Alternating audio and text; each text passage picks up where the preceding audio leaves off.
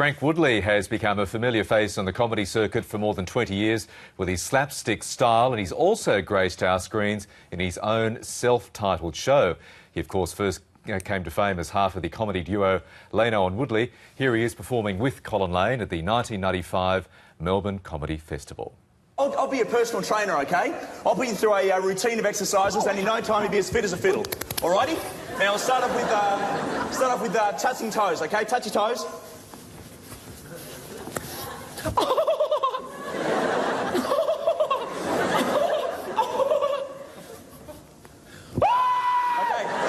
that's good. Now, how about some star jumps, OK? 3 star jumps, alrighty? 1, 2, and 3. OK, that's good, that's good. He's good. After all these years, Frank has now turned his considerable talents to writing children's books, and he's here with us. Frank Woodley, good morning. Thanks for having me. We've gone back to the days when you were really, really good. Yeah, that's right. So hopefully people will remember that and they'll go, oh, it's worth giving this new thing, which is probably rubbish, a crap. Hardly rubbish. Why children's books? I don't really know is the honest answer to that. It's something that's been kicking around in my head for a long, long time, this idea of doing a bumbling detective mystery comedy, because probably one of my biggest comedy loves, I'm not alone, I'm sure, is the Pink Panther movies. Yes. Yeah. And we were just talking about a berm the other day. Yeah. Yeah, just absolutely sublime. That blend of really over-the-top, crazy physical humour, but with this amazing, delicate touch, you know, that Peter Sellers had, that turned it, in my opinion, into something beautiful, you know. Yes. And Get Smart as well was a big love of my childhood. So I always wanted to do a comedy detective thing, but I wasn't really sure, you know, would it be a movie that I could be in, or... And just, it kind of been floating around there for a long time. And then I don't know at what point I thought, oh, maybe I could do it as a kids' mystery series. A series of books, and I've always drawn for pleasure as well. It's something I've always enjoyed doing. I thought, oh, maybe I could do the illustrations as well. And then at that point, I kind of went, well, I don't think I want the bumbling detective. I don't want the... I think I want, because it's for kids, the hero to be a kid. Yes. I don't think I want her to be the bumbling detective. Oh, maybe that could be her dad. And then at that point...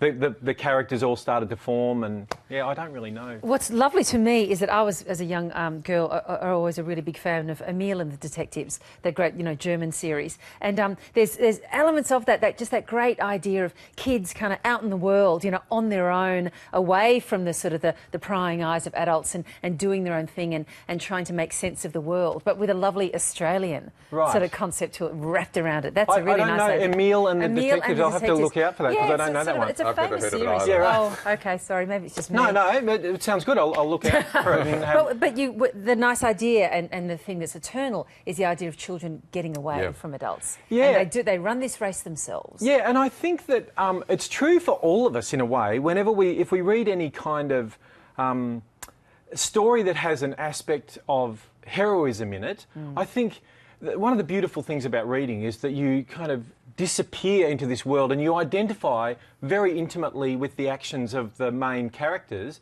and particularly the main character, and then when you come out of it, you feel a little fortified, you know, you're sort of like, maybe I'm a little braver and a little bit clever and maybe a little kinder or something like that.